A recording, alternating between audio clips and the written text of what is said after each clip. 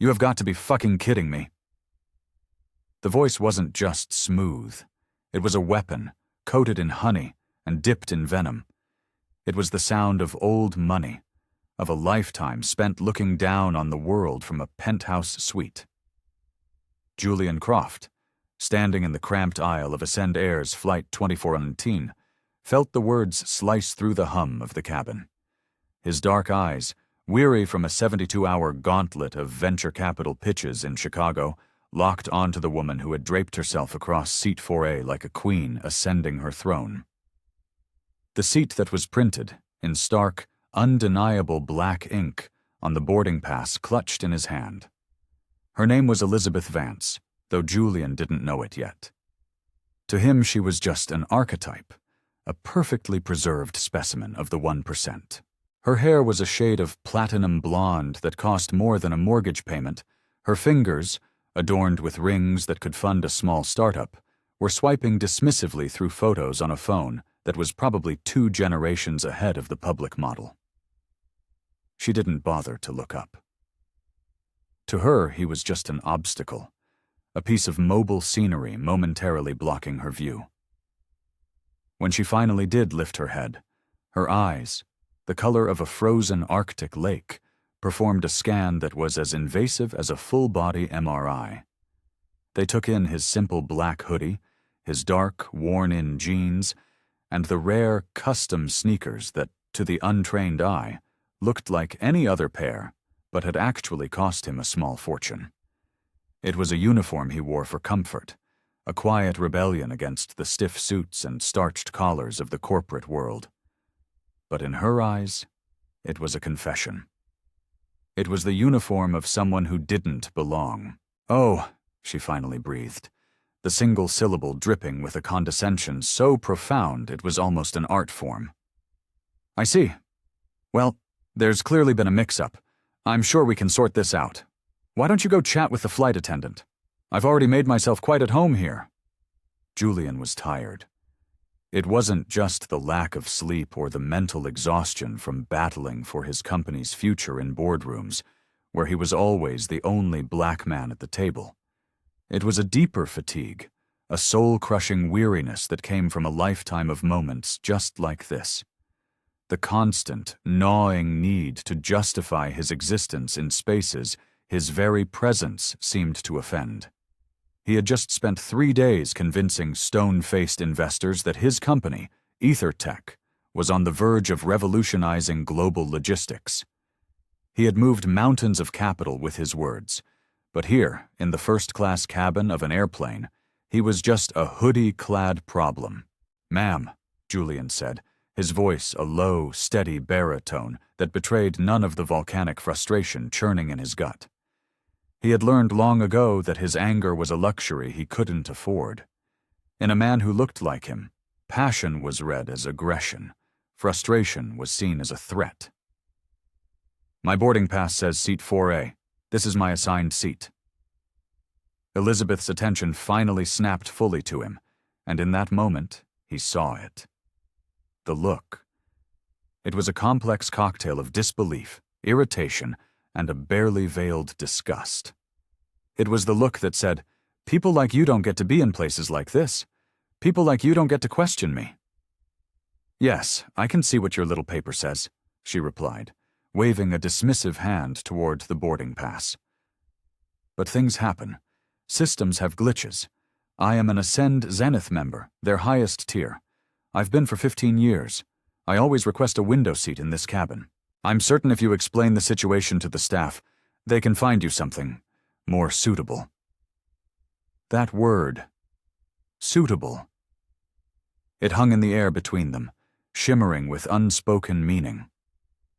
Julian felt the crushing weight of it, the same coded language that had shadowed him through his Ivy League education, through every round of funding, through every interaction where his success was treated as a statistical anomaly. Behind him, the line of boarding passengers was beginning to back up. A murmur of impatience rippled through the cabin. People craned their necks, their faces a mixture of annoyance and morbid curiosity. Others deliberately looked away, their feigned indifference a clear signal that they wanted no part in the drama unfolding. Julian glanced at the watch on his wrist, a masterpiece of Swiss engineering that he kept mostly hidden beneath the cuff of his hoodie. It wasn't about the time. It was a grounding mechanism, a reminder of the world that existed outside this suffocatingly narrow aisle. In his backpack sat a laptop holding the keys to a digital kingdom, algorithms that could reroute global shipping fleets with a single command, contracts that sustained thousands of families, innovations that were reshaping the future of commerce. But in this moment, none of that mattered. To Elizabeth Vance, he was just a roadblock, an inconvenience, a black man who didn't know his place. "I understand your desire for a window seat," Julian said, his voice meticulously controlled. "But this is my seat. I would appreciate it if you would check your own boarding pass and move to your correct assignment." Elizabeth let out a laugh. It was a sharp, brittle sound, like glass shattering on a marble floor. "My dear boy, I think you're the one who's confused. This is first class. This isn't—" She paused, her eyes sweeping over his casual attire one last time, a smirk playing on her lips. Well, it's not a place one typically sees such casual fashion choices. The insult was designed to sting, and it did. It was a subtle poison dart, aimed at his legitimacy. Julian had heard 1,000 variations of it over the years, the surprise in people's voices when he spoke eloquently about market dynamics, the backhanded compliments about how he was different from what they expected, the constant, unspoken suggestion that his success was a fluke, a product of charity or a lowered bar. What Elizabeth Vance couldn't possibly know, what no one on this airplane could fathom, was that Julian Croft wasn't just another passenger.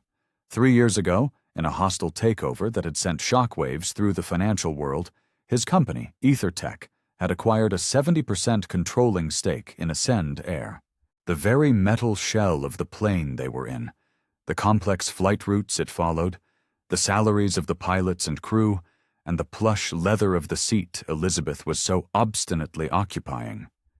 It all belonged to him. But Julian had learned a crucial lesson in his ascent to power. Never reveal your hand too early.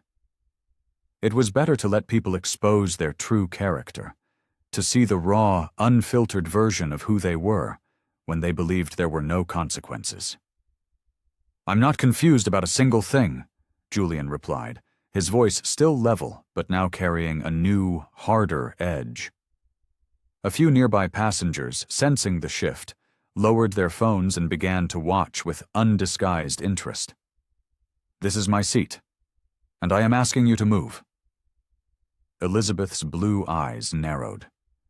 She was a predator who had just realized her intended prey wasn't behaving as expected. Her defiance, which had been casual and dismissive, now hardened into something more deliberate. Her voice dropped, taking on a tone of feigned reason that was more insulting than an outright shout. "Look, I don't know what you're trying to pull here, but I am not moving. I've been flying with this airline since before you were probably born.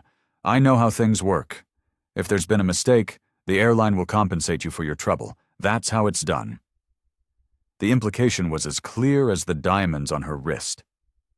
A person like Julian couldn't possibly be in first class legitimately. He must be a freeloader, a con artist, someone trying to game the system for a handout. It was the casual country club racism that Elizabeth probably didn't even recognize in herself, cloaked in the language of procedure and entitlement. Julian's phone buzzed in his pocket. It was probably Marcus, his chief of staff, wondering why he hadn't sent the final sign-off for the new European logistics hub. There were billion-dollar decisions waiting for him, a global empire that required his constant attention. But all of it receded into the background. He was standing in the aisle of his own damned airplane, being told he didn't belong in a seat he not only paid for, but owned 1,000,000 times over, by a woman whose entire world view was built on a foundation of inherited wealth and unexamined prejudice. The moment stretched, thick and heavy with unspoken history. The other first-class passengers had dropped all pretense of not watching. They were a captive audience at a gladiatorial match, their eyes darting between Julian, the quiet, hoodie-clad black man, and Elizabeth, the imperious blonde heiress. Some looked deeply uncomfortable, others looked amused. A few, he noted with a familiar ache, wore expressions that suggested they had already picked a side, based on nothing more than what they saw. And in that moment, Julian made a choice. He was not going to be the bigger person. He was not going to quietly move to another seat to keep the peace. He was not going to swallow his anger and frustration for the comfort of others. Not this time. "Ma'am," he said, and his voice was no longer calm. It was infused with an authority that made Elizabeth's smug smile falter for the first time. "I am going to ask you one last time. Get out of my seat." Elizabeth Vance's perfectly sculpted eyebrows arched into a look of theatrical disbelief.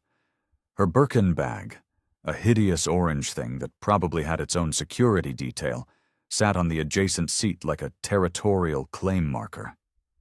Shopping bags from a litany of Rodeo Drive boutiques were clustered around her feet. Her entire posture screamed ownership, not just of the seat, but of the entire cabin, the plane, and perhaps the sky itself.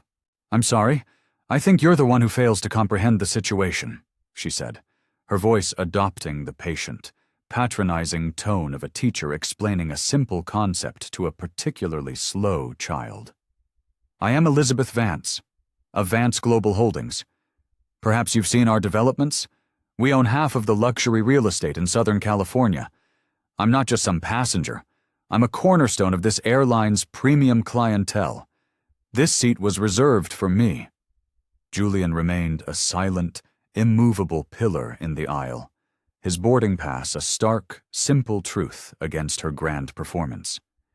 He'd seen this play before, in 100 different boardrooms and at 1,000 different galas. The casual dropping of a powerful name, the implicit threat that her connections could make his life difficult, the unwavering belief that status was a currency that could purchase reality itself. "Ms. Vance," Julian said, his deliberate use of her name a signal that he had heard her and was entirely unimpressed. "Your success in real estate is admirable, but it doesn't change the number on my boarding pass. This is 4A. That is what I paid for."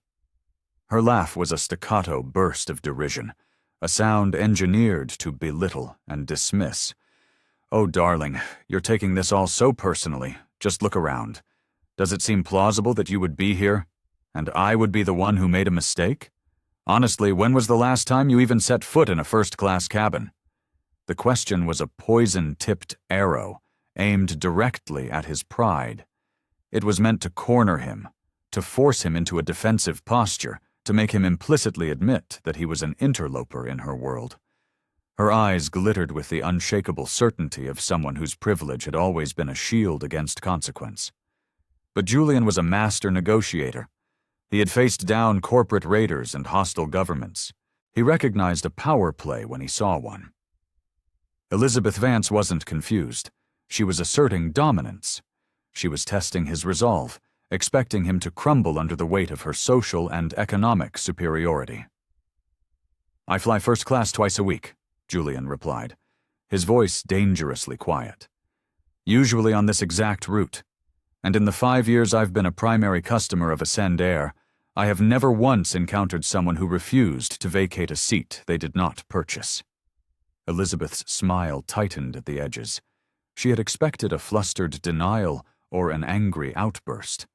His calm, factual rebuttal threw her off balance. He could see the gears turning in her head as she tried to reconcile his composure and confidence with her preconceived notions. Her gaze swept over him again, searching for a flaw in his facade, for some sign that he was bluffing. "Well then," she snapped, her tone shifting from patronizing to openly aggressive. "If you're such a seasoned traveler, you should understand that accommodations must sometimes be made. I have a crucial meeting in Los Angeles for a multi-billion-dollar project. I specifically require a window seat on the left side of the aircraft to avoid the glare on my laptop screen. I am certain Ascend can find another seat that will be perfectly adequate for your needs. His phone buzzed again. He glanced down. A text from Marcus. Geneva is on the line about the satellite launch. They need a go-no-go decision in the next 10 minutes. Is everything all right? Everything was profoundly not all right, but not for reasons Marcus could ever guess. Julian typed back a swift reply. Flight issue. Handle Geneva. We are a go. We'll call from the ground. When he looked up, Elizabeth was watching him, a new, mocking curiosity in her eyes. Important business? She purred. I do hope we're not delaying anything too critical. As a matter of fact, Julian said, slipping the phone back into his pocket, I do have important business, which is why I would like to settle into my assigned seat so that this plane can take off. Elizabeth's face hardened, the mask of polite society finally cracking to reveal the raw, ugly entitlement beneath. Listen to me, and listen very carefully, she hissed, leaning forward in his seat. I don't know who you think you are, or what kind of pathetic shakedown you're attempting, but it ends now. I know your type. You create a scene, you make a fuss, and you hope the airline will throw you some miles or a voucher to make you go away. Well, I'm not playing your little game. The accusation was a physical blow. Julian felt a white-hot surge of rage, the kind he hadn't allowed himself to feel in years. To have his presence, his success, his very legitimacy reduced to a cheap shakedown was an insult that cut deeper than she could ever know. It was the same old, tired trope, the successful black man as an opportunistic hustler. Ms. Vance, Julian said, his voice dropping to a near whisper that was more menacing than any shout. I am not running a game. I am not looking for a voucher. I am trying to sit in the seat I legally purchased. If my simple existence in this cabin is so threatening to you, perhaps that's a problem you should discuss with a therapist, not me. Her face flushed a blotchy, furious red. She was a queen whose authority had been challenged by a peasant, and she was not accustomed to it. Her voice rose, sharp and shrill, deliberately loud enough for the entire cabin to hear. Threatening? Don't flatter yourself. I am trying to be the reasonable one here, but you are being deliberately obstinate. I have offered you a perfectly simple solution, and your refusal to cooperate speaks volumes about your character. Julian almost smiled. Her character. If Elizabeth Vance wanted to have a discussion about character, he was more than prepared. But not here. Not yet. Not while she was still cocooned in the blissful ignorance of her own perceived power. My character? He repeated, letting the words hang in the air. An interesting topic. Tell me, Ms. Vance, what precisely does my character have to do with you sitting in a seat you don't have a ticket for? She opened her mouth, a sharp retort on her lips, but seemed to think better of it. Instead, her hand shot up and slammed the flight attendant call button. The soft electronic chime echoed through the tense cabin.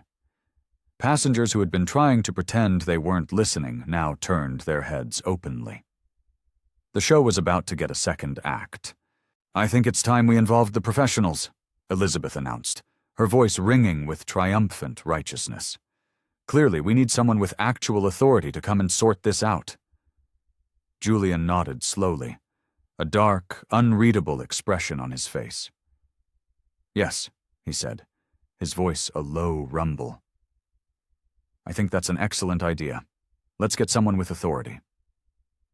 The irony was so thick he could taste it. She had no idea who she had just summoned to her doom. The soft, rhythmic tap of standard-issue airline shoes on the cabin carpet signaled the arrival of Brenda, a flight attendant in her late 20s. Her uniform was immaculate, her smile was practiced, and her eyes, though weary, were sharp. They darted between Julian's immovable stance and Elizabeth's triumphant posture, instantly assessing the battlefield before a single word was spoken. Good afternoon, Brenda said, her voice a masterclass in forced cheerfulness, the sound of someone professionally trained to defuse bombs. "I see we have a little confusion about the seating. How can I help?" Elizabeth seized the stage immediately, leaning forward and adopting the tone of a grievously wronged victim. "Thank you for coming, Brenda. I'm Elizabeth Vance, a Zenith member. I was just settling into my seat, which I specifically requested, when this gentleman appeared and began insisting it belongs to him. He's been quite aggressive." Brenda's eyes flickered toward Julian, and he saw it, the subtle, almost imperceptible shift. It wasn't overt hostility, but it was something far more insidious, the preemptive calculation of who was likely to be the problem. Her training, her experience, the airline's unspoken rules, they were all pointing her toward the path of least resistance. "Sir," she said, turning to Julian with a smile that was a few degrees cooler than the one she'd given Elizabeth, "could I please see your boarding pass?" Julian handed it to her, his face a mask of stone. He watched as her eyes scanned the document, her professional smile faltering as she confirmed the undeniable fact. Seat 4A belonged to him. Her brow furrowed as she looked from the pass to the glowing seat number above Elizabeth's head, and back again. The facts were at war with the assumptions. "Well," Brenda said, drawing the word out as she formulated a diplomatic retreat. "It does seem that this seat is assigned to you, Mr." She glanced at the pass again. "Croft. However, as you can see, Ms. Vance is already settled, and she is one of our most valued, long-standing customers." A familiar, bitter knot tightened in Julian's stomach. He had seen this ritual performed 100 times, the careful, coded language designed to gently nudge the black man toward compromise, the implicit suggestion that his rights were negotiable, while the white woman's comfort was paramount. Harmony, it seemed, was a price he was always expected to pay.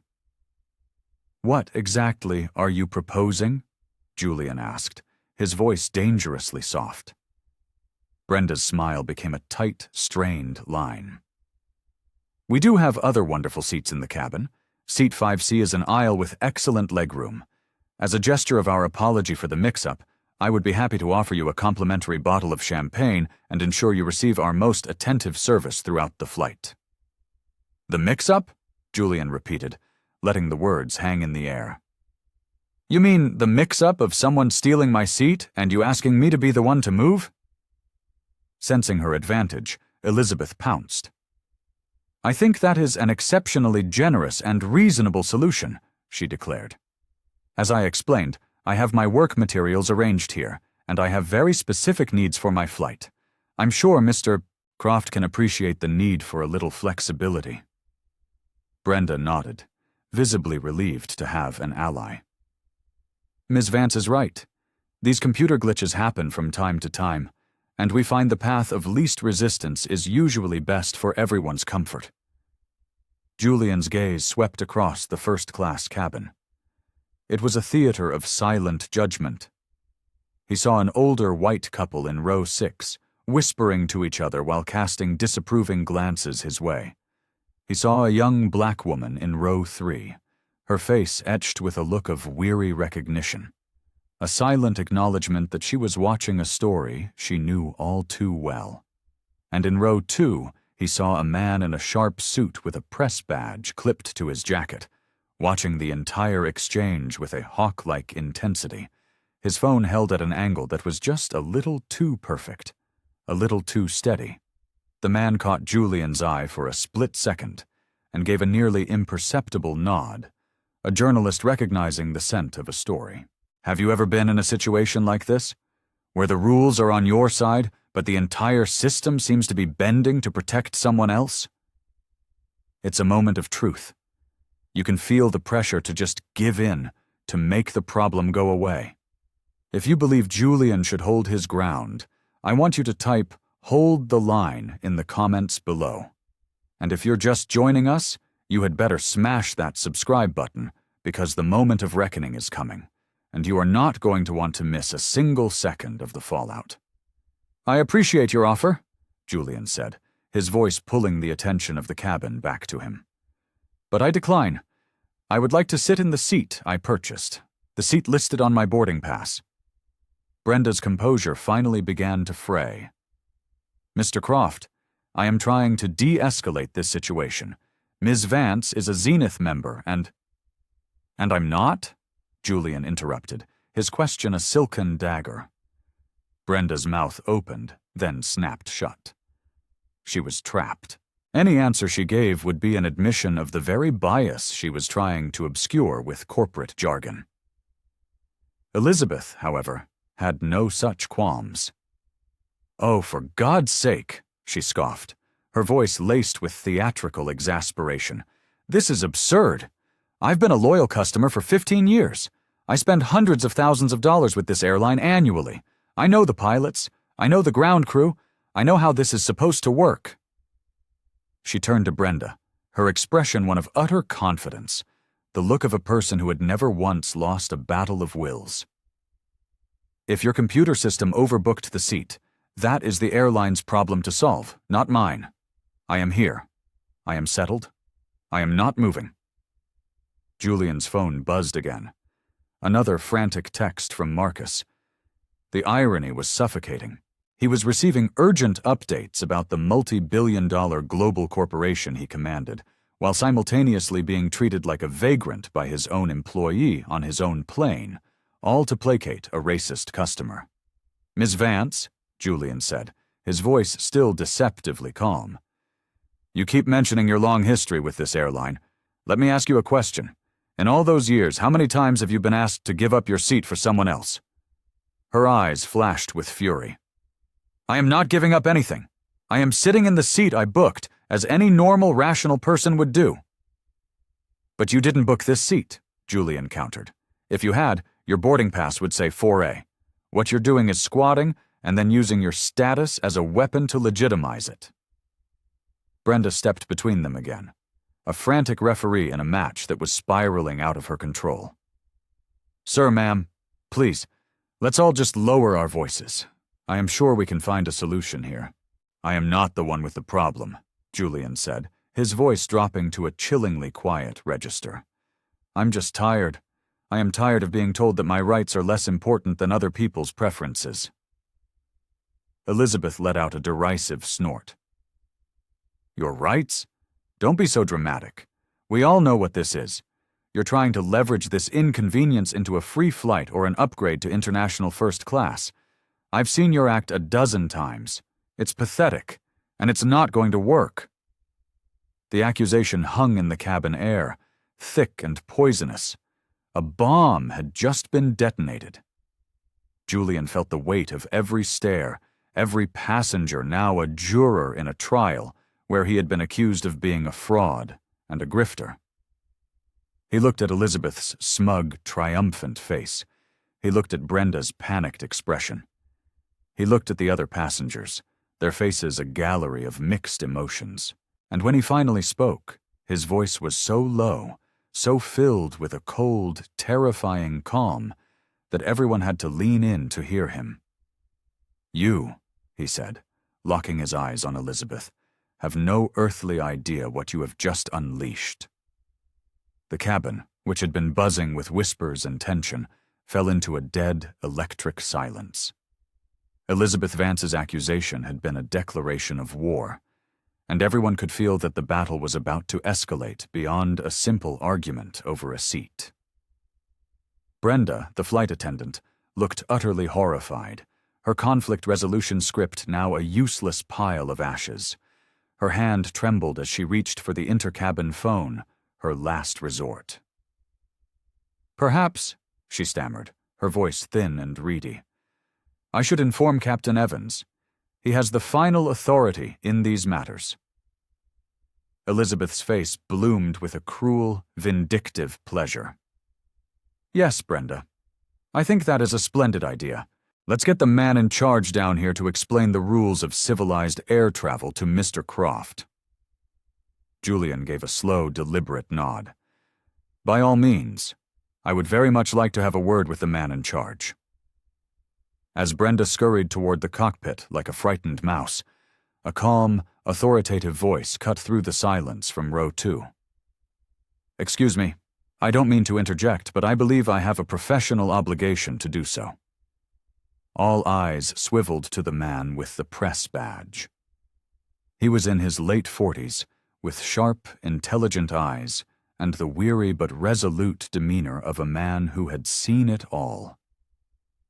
He held up his credentials for the cabin to see. "My name is David Chen. I'm a senior investigative reporter for the New York Times. I cover corporate ethics and transportation, and I have been recording this entire interaction." Elizabeth's jaw went slack. "You have no right." "Actually, I have every right," David Chen interrupted, his voice as sharp and precise as a scalpel. "This is a public accommodation, and you are participating in what appears to be a textbook case of consumer discrimination. Ms. Vance, your conduct has been, from a journalistic and legal standpoint, utterly indefensible." A young woman in row 3, who had been trying to discreetly film the encounter, suddenly spoke up, her voice clear and strong. "He's not the only one. I've been live streaming this to my TikTok. We've got about 10,000 people watching right now, and let me tell you, the comment section is not on Team Elizabeth." Elizabeth whirled to face the young woman, her face a mask of incandescent rage. "You're filming me! That's illegal! I do not consent!" The young woman, who couldn't have been more than 20, shrugged with an air of practiced defiance. "It's not illegal, and my 50,000 followers are very interested in seeing how Ascend Air handles blatant racism. The hashtag #AscendAirShame is already starting to trend." "Racism?" Elizabeth sputtered, looking around the cabin as if searching for support.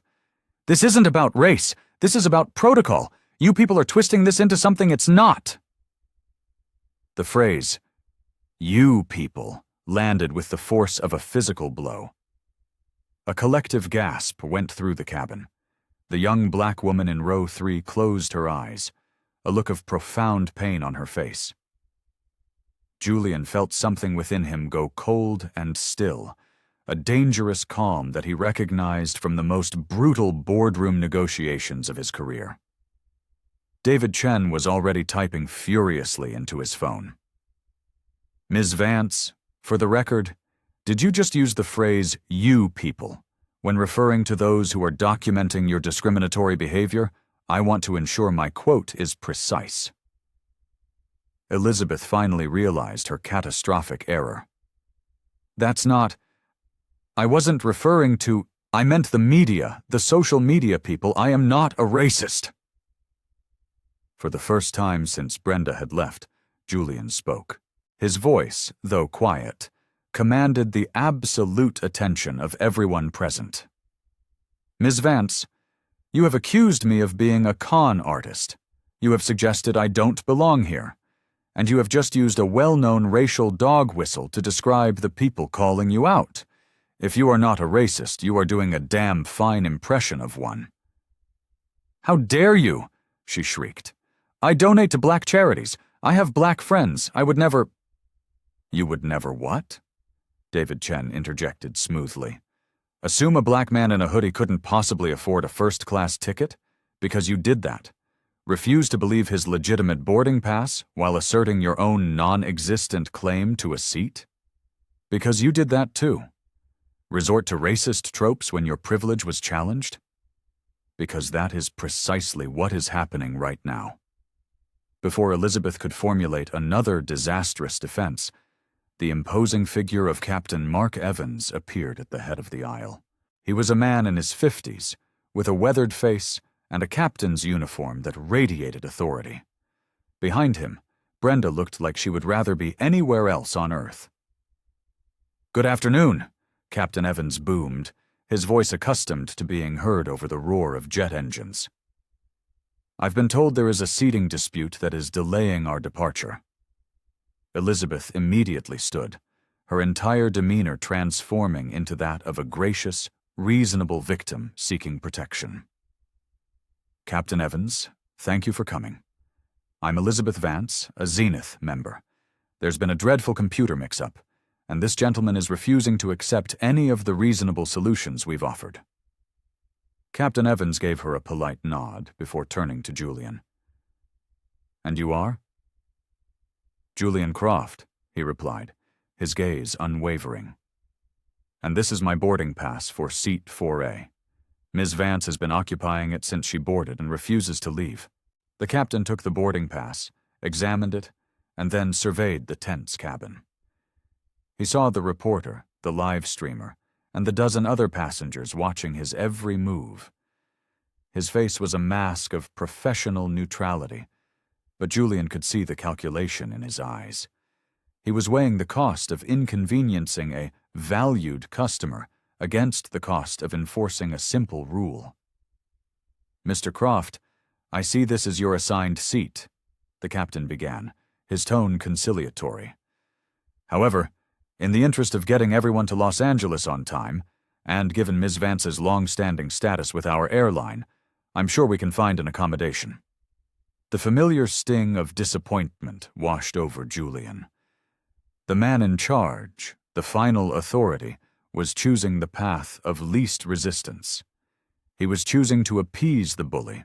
"Captain," Julian asked, "what accommodation do you propose? That I surrender the seat I paid for to a woman who has no claim to it, simply because she is loud and wealthy?"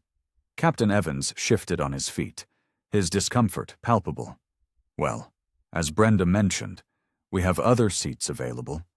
Sometimes these situations just require a bit of cooperation."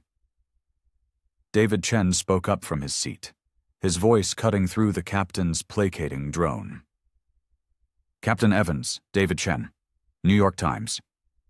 Are you officially stating that it is Ascend Air's policy to ask a ticketed passenger to relinquish their seat to an unticketed passenger based on the non-ticketed passenger's status? Because if so, that is a national headline." The captain's eyes widened slightly as the full gravity of the situation began to dawn on him. This wasn't just a dispute, it was a public spectacle with a witness from the most powerful newspaper in the world. "Sir, this is an internal customer service matter. We are simply trying to ensure a comfortable flight for everyone." "Comfortable for whom?" David pressed. "Comfortable for Ms. Vance, who stole a seat? Or comfortable for Mr. Croft, who is now being asked by the captain of the plane to validate that theft?" The TikToker lowered her phone, making sure the screen was visible. "My viewers are asking if this is the normal procedure for handling discrimination at Ascend Air. We're over 80,000 viewers now, by the way. Someone just cross-posted it to Twitter." Captain Evans looked around, a hunted expression on his face. This was supposed to be a simple fix. Now it was a full-blown PR catastrophe, unfolding in real time. "Ladies and gentlemen, I can assure you, Ascend Air has a zero-tolerance policy for discrimination. We are merely trying to resolve a conflict." Julian stood to his full height, a commanding presence in the narrow aisle. "Captain Evans," he said, his voice now devoid of all warmth, "let me make this very simple. Ms. Vance is in my seat. She has no ticket for it. She has refused to move. Your flight attendant asked me to move. You are now asking me to move. At what point does this stop being customer service and start being a racially biased enforcement of a non-existent rule?"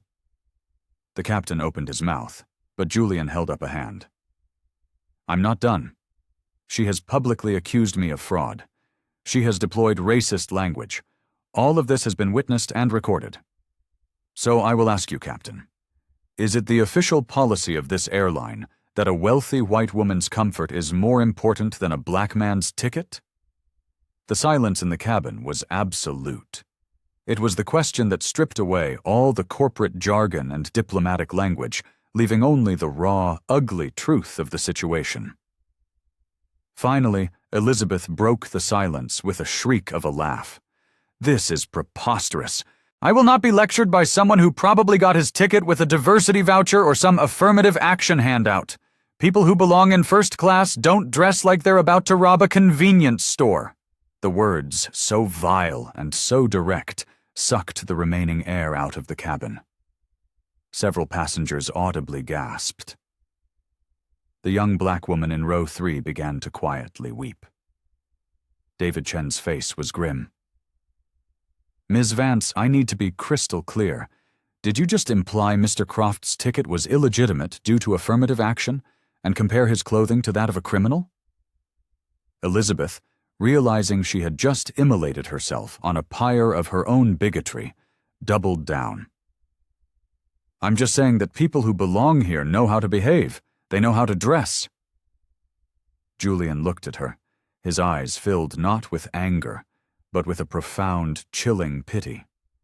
He looked at the captain, who now seemed to understand he was captaining the Titanic and had just spotted the iceberg.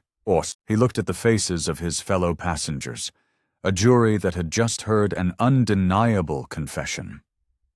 When he spoke, his voice was quiet, but it carried the weight of an earthquake. "Captain Evans," he said, "I need you to ground this aircraft, now." Captain Evans stared at Julian as if he'd just started speaking in tongues. I'm sorry? What did you just say?"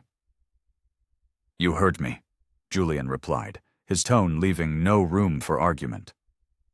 "I am not asking you, I am telling you. Put this plane back at the gate. We are not going anywhere until this is resolved."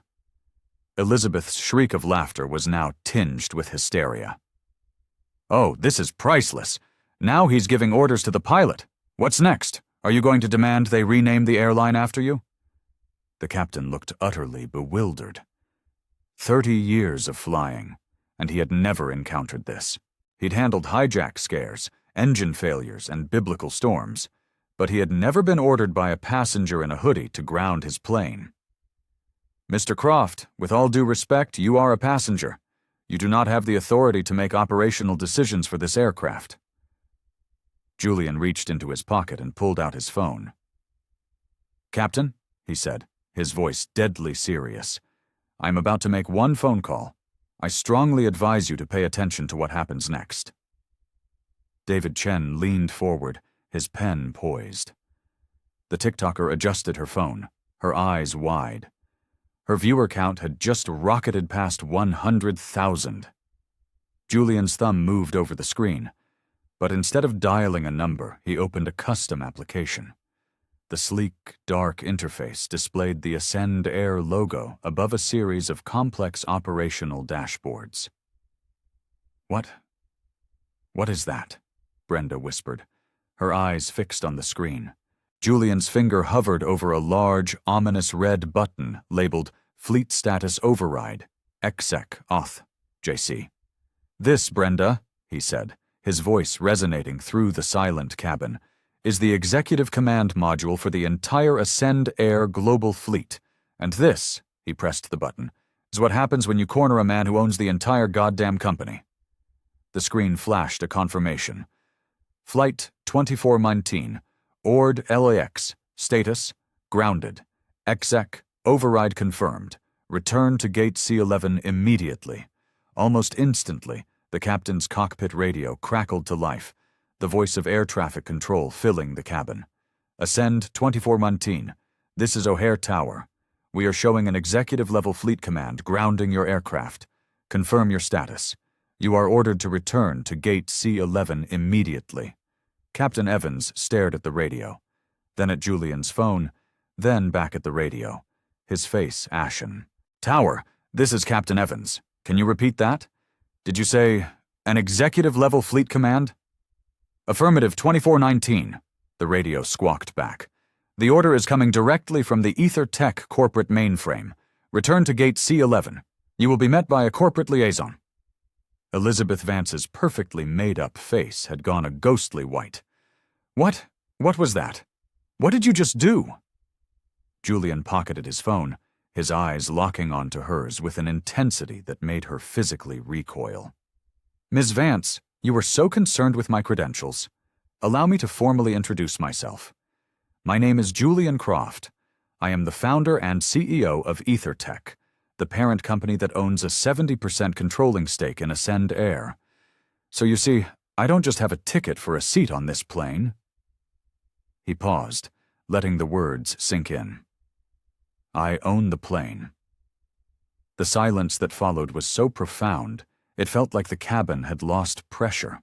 It was broken only by a single whispered, "Holy shit," from the TikToker, followed by the frantic clicking of David Chen's pen on his notepad. He was the first to find his voice, crackling with the electric thrill of a journalist who knows he's just landed the story of the decade. "You're that Julian Croft? The one on the cover of Wired last month? The man who single-handedly upended the entire logistics industry?" "The very same," Julian confirmed.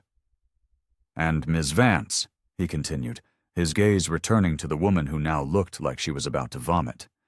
"Since you were so fixated on appearances, I should also mention that the EtherTech software I designed personally powers the reservation system that failed to give you this seat, the check-in kiosk you used, the baggage handling system, and the very passenger manifest Captain Evans has been pretending to consult."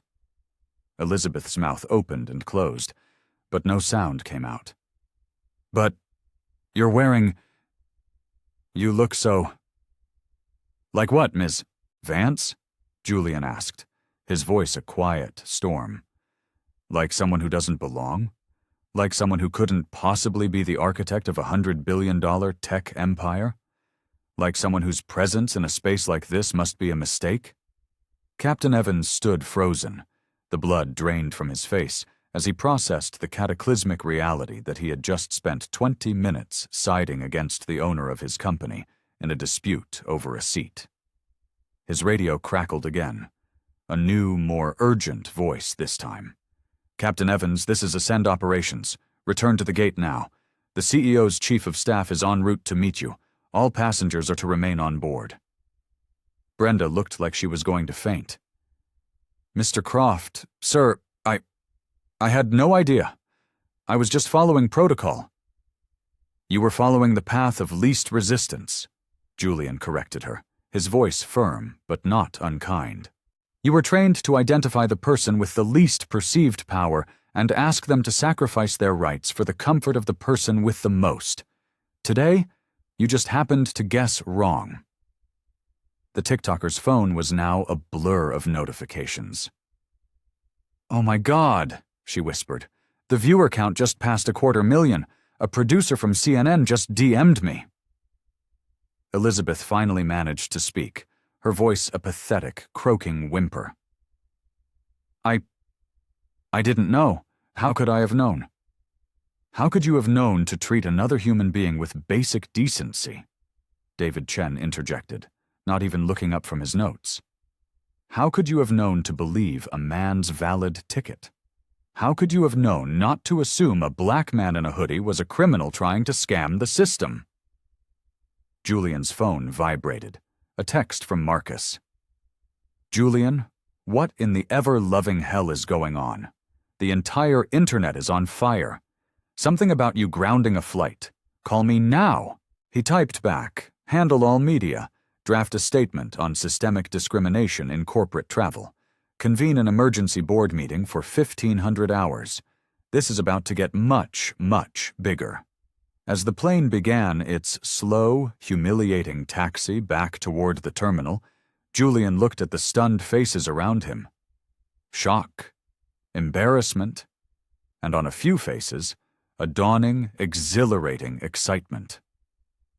"Ladies and gentlemen," Julian announced, his voice carrying through the cabin, "I want you all to understand something. What happened here today was never about a seat. It was about what happens every single day to people who look like me, in spaces where we are not welcome. Ms. Vance didn't see a ticketed passenger.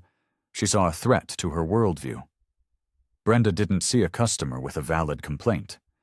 She saw a problem to be smoothed over. Captain Evans didn't see a man whose rights were being violated.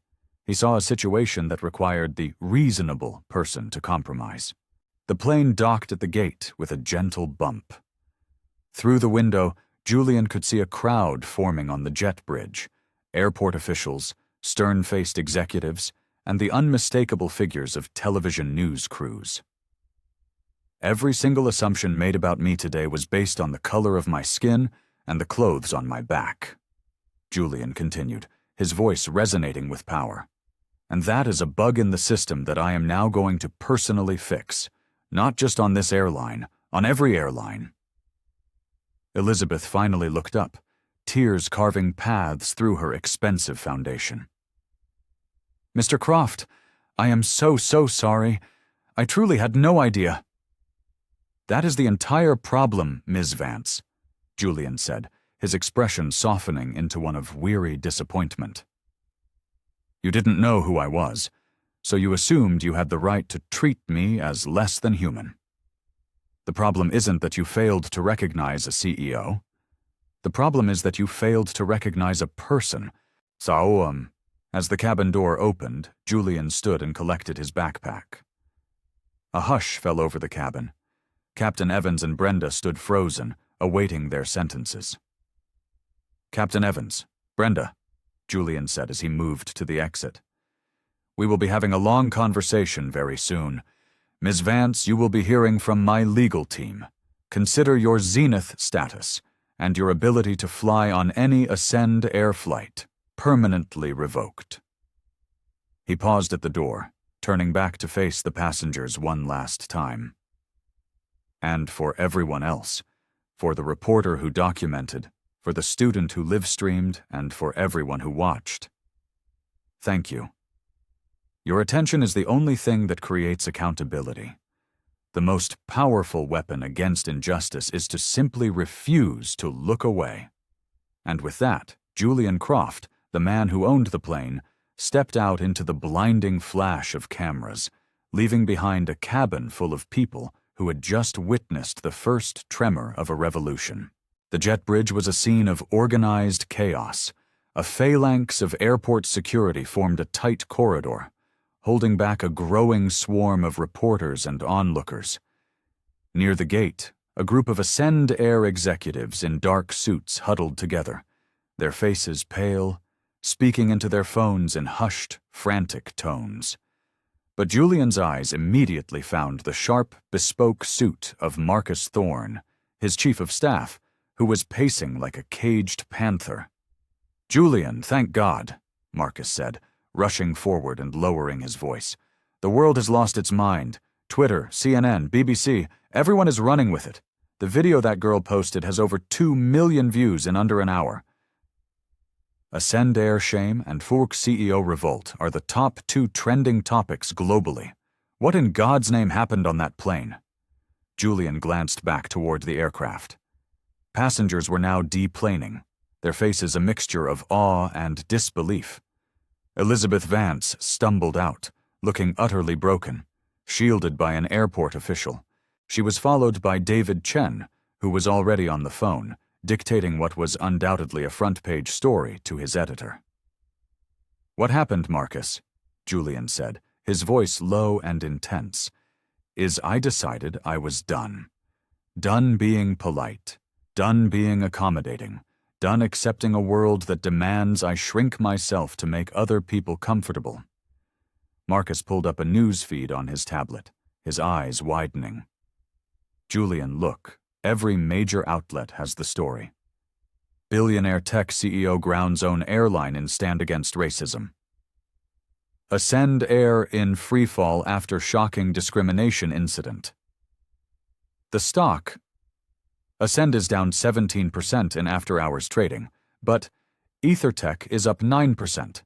Wall Street sees this as a decisive leadership moment for you, even as they're panicking about the airline."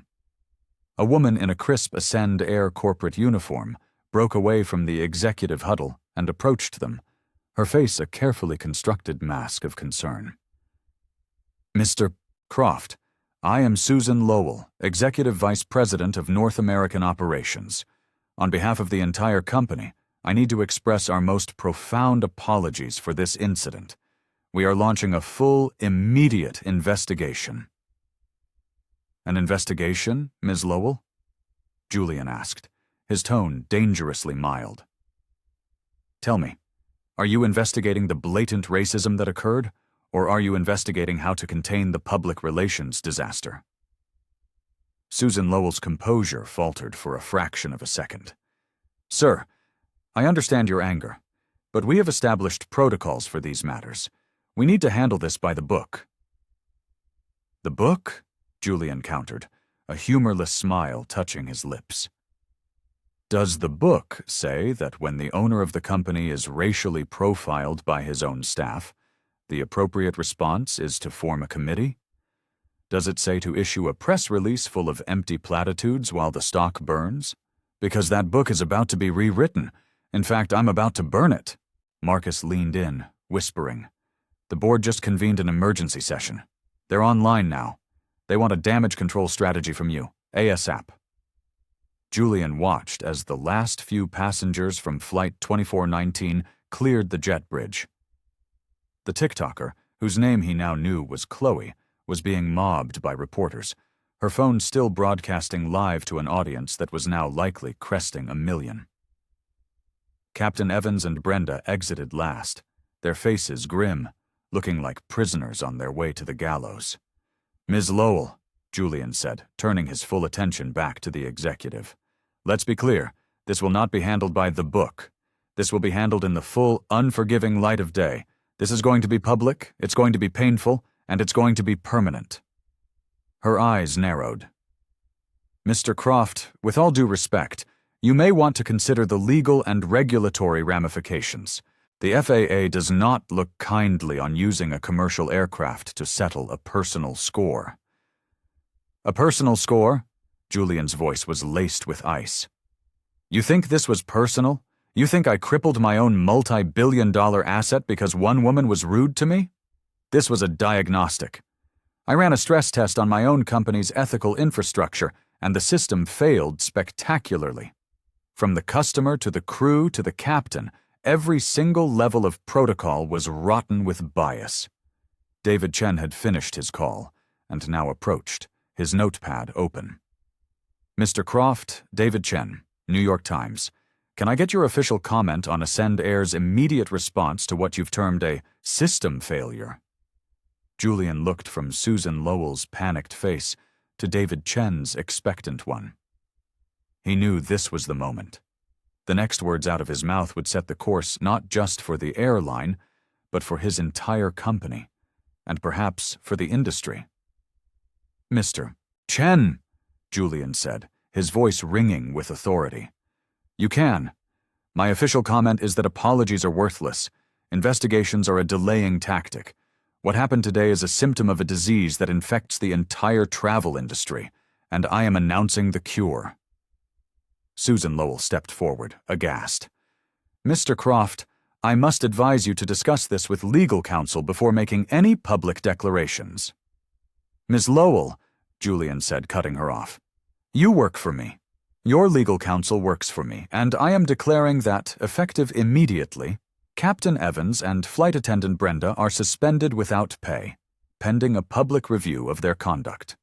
Furthermore, you will compile and release a public report detailing every single discrimination complaint filed against this airline for the past 10 years, along with the pathetic and inadequate actions taken in response." Susan Lowell's mouth opened and closed, but no sound came out. She looked utterly horrified. "Sir, union contracts, corporate policy. We can't just—" "Then break the contracts and burn the policy manual," Julian thundered, his voice echoing through the terminal. "I want those suspensions active in the next 60 minutes. I want that report started now.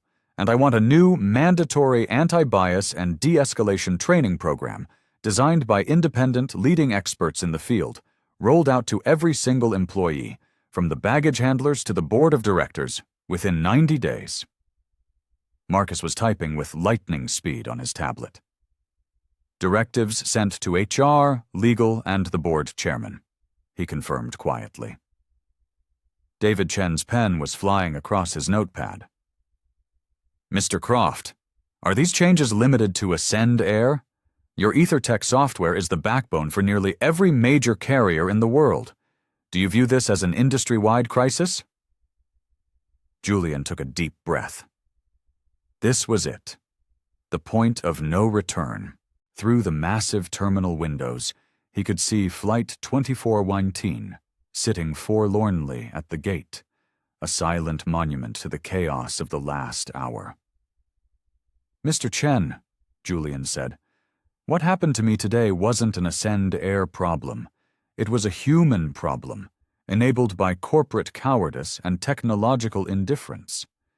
The fact that it happened to someone who has the power to burn the whole system down is a cosmic accident, an accident I have a moral obligation to exploit." Susan Lowell was now engaged in a frantic, whispered conversation on her phone, likely with the board chairman. Julian could hear her panicked words. Completely rogue, unprecedented, massive liability. Julian's phone buzzed. An unknown number. The text read, "Mr. Croft, this is Chloe from the flight. My TikTok has 5 million views. People are posting thousands of their own stories of being discriminated against on flights. The hashtag is me air? This is becoming a movement. Marcus," Julian said, "get in touch with that young woman, Chloe. Offer her a paid fellowship with our corporate ethics division. I want her, and people like her, to help design the solution." David Chen's eyes were alight with understanding. "Mr. Croft, it sounds like you're planning to wage war on the entire industry from within. You're talking about a complete paradigm shift." Julian looked at the reporter, at the panicked executive, at the crowd of onlookers held back by security, at the notifications still blowing up his phone. He was no longer just a CEO. He was the reluctant general of an army that had materialized out of thin air. "Mr. Chen," he said, "I'm not planning a war. I'm launching a revolution, and it starts with the code." As if on cue, his phone rang. The caller ID was stark. CNN. Jake Tapper. Julian looked at the ringing phone. He looked at David Chen. He looked at the sea of cameras pointed in his direction. This was no longer a news story. It was a global event. And he was at the center of the storm. He answered the call, putting it on speaker. "This is Julian Croft." "Mr. Croft, this is Jake Tapper at CNN. We are live on the air. The entire world is watching this story unfold. Can you tell us, in your own words, what you plan to do now?" Julian looked directly into the lens of the nearest television camera, his voice steady and clear, broadcast live to millions around the globe. "Mr. Tapper," he said, "I'm planning to change everything." As Julian ended the momentous call with CNN, a palpable shift occurred in the atmosphere at Gate C11. The chaotic energy of a breaking news story solidified into the focused intensity of a historic event. Airport security had expanded the cordon, but the crowd of onlookers had doubled, a silent, multi-ethnic sea of faces, all holding up their phones, all bearing witness. David Chen, the Times reporter, stepped closer, his journalistic instincts overriding the security barrier. "Mr. Croft, you just told a global news audience that you are going to force industry-wide change through your software.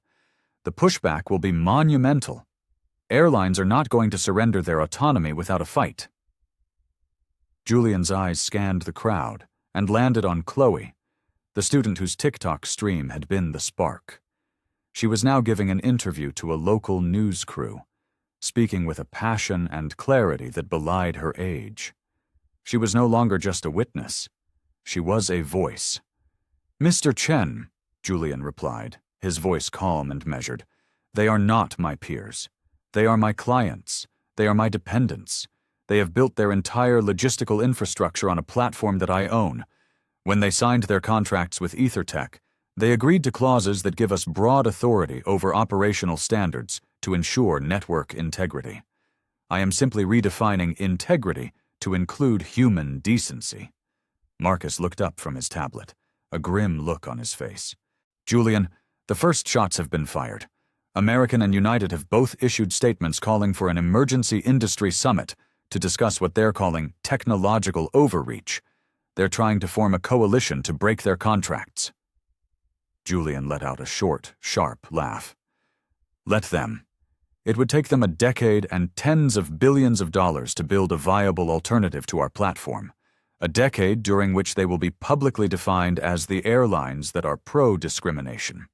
A decade of their customers fleeing to carriers that have adopted our new ethical standards. Let them have their summit. They are dinosaurs roaring at the asteroid. Susan Lowell, the Ascend executive, finished her call. She approached Julian, her face pale but her expression now one of grim resignation. The battle had been lost. "Mr. Croft," she said, her voice stripped of its earlier defensiveness. "I have just spoken with the board. They have voted unanimously to grant you emergency powers to handle this crisis. Whatever you need, whatever you want to implement, you have the full backing of the company." Julian studied her, seeing not an adversary, but a symptom of a broken system. "Ms. Lowell, how many apologies for racial incidents has Ascend Air issued in the last decade?" She looked taken aback. I wouldn't know the exact number." "How many millions have you spent on diversity consultants? How many sensitivity training modules have your employees clicked through while checking their email?" Julian pressed. "How has any of it stopped today from happening?" Her silence was the only answer he needed. David Chen was scribbling furiously. "Mr. Croft, you're arguing that the entire corporate approach to diversity and inclusion is fundamentally flawed?" "I'm arguing it's a lie," Julian stated flatly. "It's performative. It's a PR shield designed to deflect liability, not to create change. Companies issue apologies, they hire consultants, they check the boxes, and 6 months later, another video goes viral. Another person is humiliated. The cycle repeats." He pulled out his phone again, but this time he showed the screen to the reporters. On it was a mock-up of a new feature within the EtherTech passenger app, a feature Marcus and his team had clearly been working on feverishly since the incident. It was a simple one-touch button labeled Report Bias Incident. "This is the end of the cycle," Julian announced. "This button will be on the home screen of every airline app powered by our software. When a passenger presses it, their report, along with audio and video from their phone, is sent instantly and simultaneously to the airline's CEO, its head of legal, its board of directors, and a newly created independent civil rights oversight board. The incident is logged on a public-facing, searchable database. No more buried complaints. No more internal investigations that go nowhere. Absolute, immediate, and transparent accountability." Chloe had finished her interview and made her way through the crowd. "Mr. Croft," she said, her voice shaking slightly but filled with conviction. "My followers, and there are hundreds of thousands of them now, they want to know what they can do. What do you say to the people who don't own the airline, who can't ground the plane?" The question cut through the corporate strategy and technological bravado, landing directly at the human heart of the matter. For all his power, his true strength in this moment came from the fact that he had been made to feel powerless. "That's—" Julian paused, the weight of her question settling on him. "That's the entire point. You are the reason this is happening. When you saw an injustice, you didn't look away. You used the tool you had, your phone, your voice, and you broadcast the truth. You don't need to own the plane. The power was never in grounding the flight. The power was in telling the story." He looked around at the sea of faces, at the phones held high, at the journalists transmitting his every word to the world. "What I can do is build a system that forces corporations to listen. But the system is useless without your stories. So you film, you write, you post. You use that report bias button until your fingers are sore. You turn the whisper of injustice into a roar that they cannot ignore. I can build the weapon, but you, all of you, are the army." David Chen looked up from his notepad, a look of profound understanding in his eyes. "Mr. Croft, you're not just creating a new corporate policy. You're crowdsourcing civil rights enforcement." Exactly, Julian confirmed. Institutional racism thrives in the dark. It survives in the quiet, undocumented spaces between a passenger and a gate agent, between a customer and a flight crew. We are about to flood those dark places with so much light that the ugliness has nowhere left to hide. Susan Lowell stepped forward again, her voice now quiet and sincere. Mr. Croft, Julian, what you said about our previous efforts, you were right. They were performative. Tell us what to do. We will be your model. We will be the first to implement this new system, publicly and proudly. Julian turned to her, a flicker of hope tempering the fire in his eyes.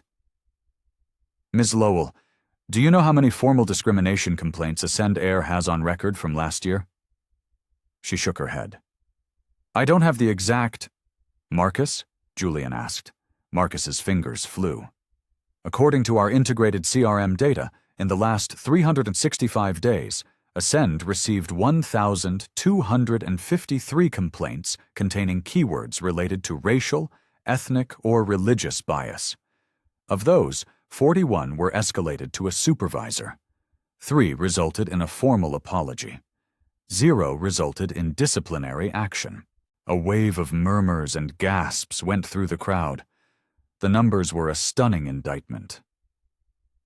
That, Julian said, his voice a low, dangerous hum, is the darkness I'm talking about. That is the silence we are about to break. We're not just going to respond to complaints. We're going to use our own data, our AI, to proactively identify biased behavior before it escalates. Gate agents who disproportionately flag minority passengers for extra screening. Flight crews with statistically significant complaint patterns. We are going to treat racism not as a PR problem, but as a data problem. And we are going to solve it. Chloe held up her phone, where the comments on her live stream were scrolling by in a furious, endless river. Mr. Croft, people are saying, this is the beginning of something huge. They're sharing stories from hotels, from retail stores, from hospitals. They're asking if this technology can be used everywhere. Julian looked at the stream of raw, painful stories flying across her screen. He saw the faces in the crowd, a microcosm of the world, all looking at him, waiting. The incident on Flight 2419 had cracked open a door, and a torrent of suppressed pain and anger was now pouring through. Yes, Julian said, the single word an ironclad promise. It can, and it will. What started today in the first-class cabin of a single airplane will not end until every person can navigate the world with the dignity and respect that is their birthright. He paused, letting his gaze sweep over every single person watching him. This isn't about revenge. This is about redemption. And it's not about my story. It's about making sure no one ever has to tell a story like this again. The revolution was live. What do you think is the most powerful tool for change? Is it money and power like Julian has? Or is it the collective voice of the people, amplified by technology like Chloe's live stream? Let me know your thoughts in the comments. This conversation is so important, and your voice is a critical part of it.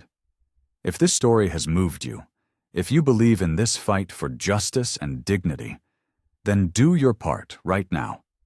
Hit that like button so this message can reach millions more. Subscribe to this channel and ring that notification bell, because we are going to be following this revolution every step of the way. We are building a community dedicated to amplifying stories that matter. Share this video everywhere. Send it to your friends, your family, your co-workers. Send it to anyone who has ever been made to feel small, and anyone who has the power to make a change. Because what Julian Croft started on that flight doesn't end here. It continues in every interaction we have, in every injustice we witness, and in every choice we make to either stay silent or to speak the truth. So what will you do with your power? How will you use your voice? The future isn't written by billionaires alone. It's written by all of us. Choose to be a part of the change. Thank you for watching. Now, let's get to work.